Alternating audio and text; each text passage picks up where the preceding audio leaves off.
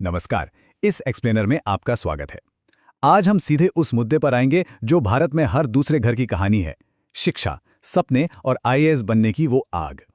हम समझने वाले हैं कि एजुकेशन के लिए फैमिलीज किस हद तक सैक्रिफाइस करती हैं, देश की सबसे बड़ी सिविल सर्विस की असली पावर क्या है और जो लोग इस रेस में पिछड़ जाते हैं उनके लिए सिस्टम में आखिर क्या सेफ्टी नेट्स यानी सरकारी योजनाएं हैं। तो चलिए शुरू करते हैं। पहला हिस्सा है the price of a dream, यानी एक सपने की कीमत। देखिए, एक आम फैमिली के लिए एजुकेशन का खर्चा उठाना कितना मुश्किल हो सकता है। उत्तर प्रदेश के एक छोटे से बच्चे राहुल की कहानी ही ले लीजिए। जब उसकी स्कूल फीस भरने के पैसे नहीं बचे तो पता है उसकी माँ ने क्या किया?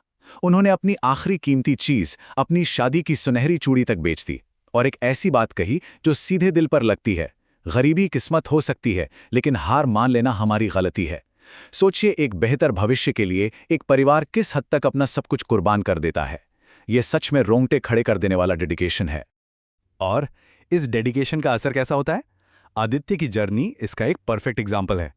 एक वक्त था जब वो स्ट्रीट लाइट्स के नीचे बैठकर पढ़ता था और चाय के कप धोता था, और आज वो एक आईएएस ऑफिसर है। एक डिस्ट्रिक्ट मैजिस्ट्रेट के रूप में वो ग्रामीण समस्याओं को सुलझा रहा है और जरूरतमंद बच्चों को स्कॉलरशिप्स दिला रहा है। ये स्टार कॉन्ट्रास्ट बिल्कुल क्लियर दिखाता है कि अगर लगन हो तो इंसान कहां से कहां पहुंच सकता है। अब आते हैं दूसरे हिस्से पर, द अल्टीमेट प्राइज, आईएएस। आखिर इस पोस्ट में ऐसा क्या है जो इतने सैक्रिफाइसेस करवा देता है? पता है, इंडियन एडमिनिस्ट्रेटिव सर्विस क्लियर करना कितना मुश्किल है। हर साल लगभग 10 लाख से ज्यादा लोग अप्लाई करते हैं, लेकिन सक्सेस रेट है सिर्फ 0.02%। लिटरली 0.02%। ये आंकड़ा अपने आप में बताता है कि इस एग्जाम को क्रैक करने के लिए किस लेवल का समर्पण और पागलपन चाहिए। ये बिल्कुल आसान नहीं है। तो बेसिकली आईएएस है क्या? ये ऑल इंडिया सर्विसेज का सबसे प्रीमियर एडमिनिस्ट्रेटिव आर्म है जो सीधे भारत सरकार और राज्यों को सर्व करता है। आसान शब्दों में कहें तो सरकारें आएंगी और जाएंगी, नेता बदलेंगे, लेकिन आईएएस देश की परमानेंट ब्यूरोक्रेसी है। ये वो एग्जीक्यूटिव पावर है जो देश के कामकाज को लगातार बिना रुके चलाती रहती है। इनका करियर ग्राफ भी काफी दिलचस्प होता है। शुरुआत होती है एक सब डिविजनल मैजिस्ट्रेट के तौर पर प्रोबेशन के दौरान, फिर आगे बढ़कर एक ऑफिसर बनता है, डिस्ट्रिक्ट कलेक्टर, जो कि एक जिला की सबसे पावरफुल एग्जीक्यूटिव पोस्ट होती है। और अगर सब कुछ बेहतर रहा तो एक आईएएस अधिकारी देश के सबसे उच्च एडमिनिस्ट्रेटिव पद यानी कैबिनेट सेक्रेटरी तक पहुंच सकता है। यही वो ताकत है जो हर साल लाखों युवाओं को इस रास्ते पर खींचती है। लेकिन रुकिए, तस्वीर इतनी भी परफेक्ट नहीं है। हमारा तीसरा हिस्सा इसी बारे में है, पावर, पॉलिटिक्स और प्रॉब्लम्स। अब अगर हम इस एक्सप्लेनर में बिल्कुल निष्पक्ष होकर देखें तो सिस्टम में कई सीरियस इश्यूज भी हैं। स्रोतों के मुताबिक आईएएस ऑफिसर्स को भारी पॉलिटिकल प्रेशर झेलना पड़ता है। इसके अलावा करप्शन और आय से अधिक संपत्ति के कई केसेस सामने आते रहते हैं। और एक और बड़ा मुद्दा जो स्रोतों में उजागर किया गया है, फर्जी विकलांगता या जाति प्रमाण पत्र बनवाकर रिजर्वेशन का गलत इस्तेमाल करना। ये सिस्टम की वो कड़वी सच्चाइयां हैं जिन्हें हम नजरअंदाज नहीं कर सकते।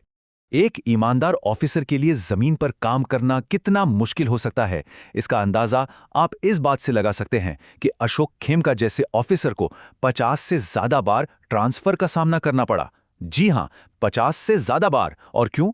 क्योंकि उन्होंने डिपार्टमेंटल करप्शन को उजागर करने की कोशिश की थी। यह दिखाता है कि सिस्टम ठीक करने वालों पर कैसा दबाव बनाया जाता है। एक और काफी ध्यान देने योग्य केस है आईएएस ऑफिसर दुर्गा शक्ति नागपाल का। उन्होंने इल्लीगल सैंड माइनिंग यानी अवैध रेत खनन के खिलाफ स्ट्रिक्टली एक्शन लिया था और इसके नतीजे में उन्हें सस्पेंड कर दिया गया। ये एग्जाम्पल क्लियरली दिखाता है कि इन ऑफिसर्स को अपना काम ठीक से करने पर किस लेवल के एक्सट्रीम पॉलिटिकल प्रेशर का सामना करना पड़ता है। चलिए आगे बढ़ते हैं चौथे सेक्शन की तरफ, सिस्टेमिक सेफ्टी नेट्स। क्योंकि देखिए, हर फैमिली तो स्कूल फीस के लिए अपनी चूड़ी नहीं बेच सकती, राइट? देश भर में आज भी लगभग 12% बच्चे सेकेंडरी स्कूल आते आते पढ़ाई छोड़ देते हैं। और इसका सबसे बड़ा रीजन क्या है? फाइनेंशियल प्रॉब्लम्स, यानी आर्थिक तंगी। ये 12% सुनने में शायद छोटा लग सकता है, लेकिन रियलिटी में ये लाखों बच्चों का भविष्य है जो सिर्फ पैसों की कमी की वजह से अंधेरे में चला जाता है। तो इस गैप को भरने के लिए सरकार ने कई फाइनेंशियल प्रोग्राम्स बनाए जिन्हें आप यहाँ देख सकते हैं, जैसे PMUSP स्कीम, जिसमें अगर आपके 80 परसेंटाइल से ज़्यादा हैं और फैमिली इनकम 4.5 लाख से कम है तो सालाना 12 से 20 हज़ार रुपये मिल सकते हैं। फिर PM विद्या लक्ष्मी है, जिसमें कोलैटरल फ्री एजुकेशन लोन्स मिलते हैं, और PM केयर्स, जो कोविड में अनाथ हुए बच्चों के लिए फ्री हेल्थ इंश्योरेंस और 10 लाख का कॉर्पस फंड देता है। इनके अलावा भी कई टारगेटेड प्रोग्राम्स हैं जो मार्जिनलाइज्ड कम्युनिटीज को सपोर्ट करते हैं, जैसे OBC स्टूडेंट्स के लिए pre matric scholarships, higher education के लिए श्रेयस स्कीम और मेरिटोरियस बच्चों के लिए NMSS। साथ ही बेटी बचाओ बेटी पढ़ाओ और पिछड़े वर्गों के लिए टॉप क्लास एजुकेशन स्कीम्स भी इस लिस्ट में है। इन सब का अल्टीमेट गोल यही है कि फाइनेंशियल इश्यूज किसी भी बच्चे की पढ़ाई का रास्ता ना रोक सकें। अब यहाँ एक बड़ा दिलचस्प सवाल उठता है, अगर IAS और ये सभी सरकारी योजनाएं एक टॉप डाउन अप्रोच है, यानी ऊपर से आने वाला समाधान, तो बॉटम अप यानी सीधे जमीन से शुरू होने वाला बदलाव आखिर कैसा होता है? और इसका जवाब हमें मिलता है हमारे आखिरी सेक्शन में, लिफ्टिंग द कम्युनिटी। आइए देखते हैं कि ग्रासरूट्स लेवल पर आम लोग कैसे कमाल कर रहे हैं। वापस चलते हैं उन इंसानी कहानियों की तरफ। स्रोतों में एक बरखात नाम के लड़के का जिक्र है। उसका परिवार दिल्ली की एक झुग्गी झोपड़ी में माइग्रेट करके आया था और उनकी महीने की कमाई थी सिर्फ 5,000 रुपये। सिर्फ 5,000 रुपये में पूरे महीने का गुजारा। इस तंगी की वजह से एक वक्त ऐसा आया जब बरखात लगभग अपनी पढ़ाई छोड़ने ही वाला था, पर उसने हार नहीं मानी। और सबसे कमाल की बात यह है कि उसने IAS बनने या किसी बड़ी सरकारी कुर्सी पर बैठने की रेस नहीं चुनी, बल्कि उसने अपनी एजुकेशन का इस्तेमाल करके एक यूथ मेंटोर बनने का रास्ता चुना। आज उसके इस एक फैसले की वजह से 3,500 से ज़्यादा बच्चे पढ़ाई से जुड़े हुए हैं। सोचिए, 3,500 जिंदगियां उसने इन बच्चों को स्कूल छोड़ने से सीधे तौर पे बचाया है।